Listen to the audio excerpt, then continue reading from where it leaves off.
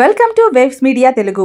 ఉప్పరపల్లె గ్రామంలోని సద్గురు నారాయణ మహారాజుల ఆశ్రమంలో 36వ ఆరాధన మహోత్సవం ఘనంగా నిర్వహించారు. వేలాది మంది భక్తులు స్వామివారిని దర్శించుకొని ప్రత్యేక పూజలు చేసి తీర్థ ప్రసాదాలు స్వీకరించారు.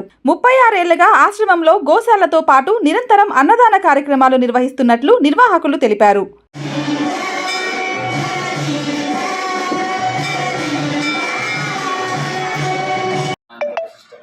శ్రీరామం మార్గం వందే శ్రీరామదాసం జగద్గురు. శ్రీ సద్గురు సమర్థ నారాయణ స్వామి మహారాజు పూజై, శ్రీ సద్గురు సమర్థ గోపాల స్వామి మహారాజు పూజై.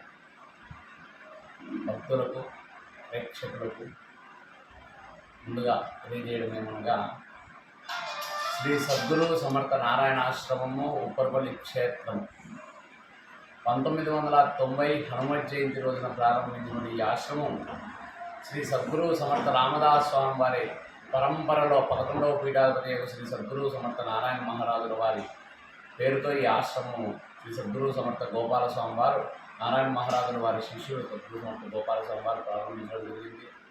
1990 హనుమత్ జయంతి రోజు నుంచి గోసేవ, అన్నప్రసాద సేవ, రామనామము, వైదిక కార్యక్రమంలో ఇటువంటి కార్యక్రమంలో ఈ ఆశ్రమం ప్రారంభించబడి గత 36 ఏళ్లుగా ఈరోజు ఆషాఢ శుద్ధ త్రయోదశి శ్రీ సద్గురు సమర్థ నారాయణ మహారాజు వారి 36వ ఆరాధన మహోత్సవం జరుపుకొడుచున్నాము. ఈ ఆరాధన మహోత్సవంగాను గత 41 రోజు నుంచి మండల దీక్షతో శ్రీ బృందావన స్వామి వారికి అభిషేక పూజా కార్యక్రమాలు, గోసేవ, తర్వాత దాసబోధ, మనాచి శ్లోక పారాయణము, రామాయణ భారత భాగవత పారాయణాలు, హనుమాన్ చాలీసా పారాయణాలు ఇవన్నీ చేసుకొని భిక్షా కార్యక్రమం ముగించుకొని మన 10 రోజుల నుంచి కూడా వైదిక కార్యక్రమాలు అనేకంగా, తర్వాత రుద్ర స్వాహాకార హోమము, చండీ హోమములు, సుందరాఖండ పారాయణములు, దేవి సప్తశతీ పారాయణములు, నవామార్జన శాంతి, నవగ్రహ జప తర్పణ హోమాది కార్యక్రమాలన్నీ కూడా మనటి రోజున దశమి రోజున ముగించుకొని పూర్ణావతి చేసి ఏకాదశి రోజున శ్రీ సద్గురు సమర్థ నారాయణ మహారాజుల వారి గ్రామోత్సవం నిర్వహించుకున్నాము.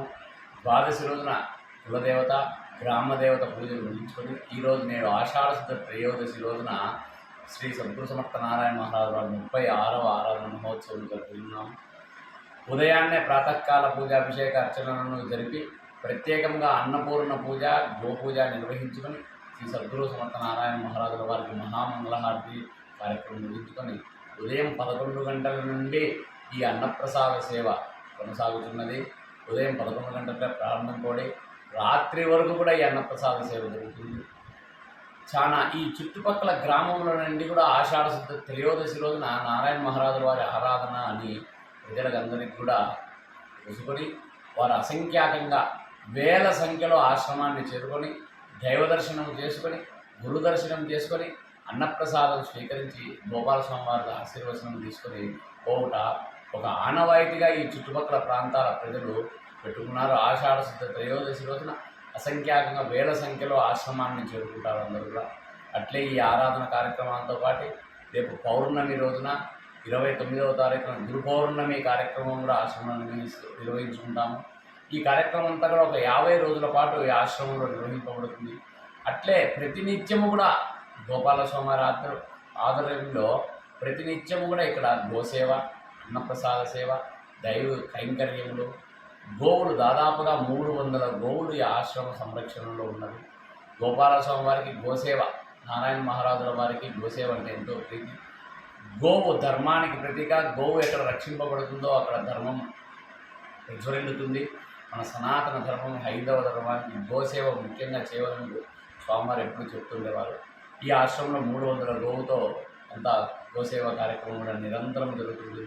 అట్లే సనాతన సాంప్రదాయానికి, హైందవ సాంప్రదాయానికి సంబంధించిన ప్రతి పండుగ చైత్రమాసం ఉగాది నుండి మళ్ళీ చైత్రమాసం ఉగాది వరకు వచ్చే అన్ని పండుగ కార్యక్రమాలన్నీ కూడా స్వామివారి ఆశ్రమంలో నిర్వహిస్తూ ఉంటారు.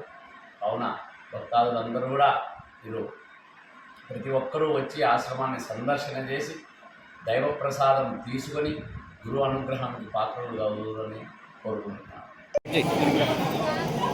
ఒక నిమిషం. రిటైర్డ్ అయ్యేటప్పటికి ఇబ్బంది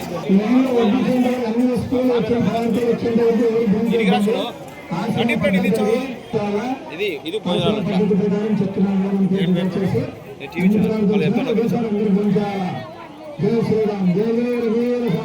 జూమ్ మీకు ముందుకు చాలు చాలు చాలు మా బొమ్మ పగలు బ్యాక్ కట్ చేయండి.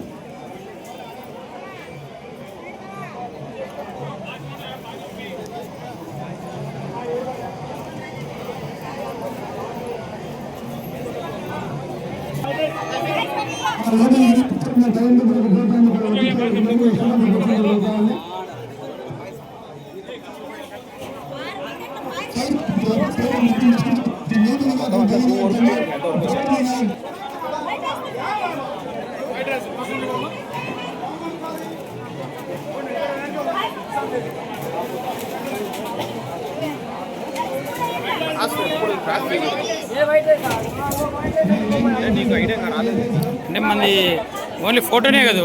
వీడియో అంటే ఫోటో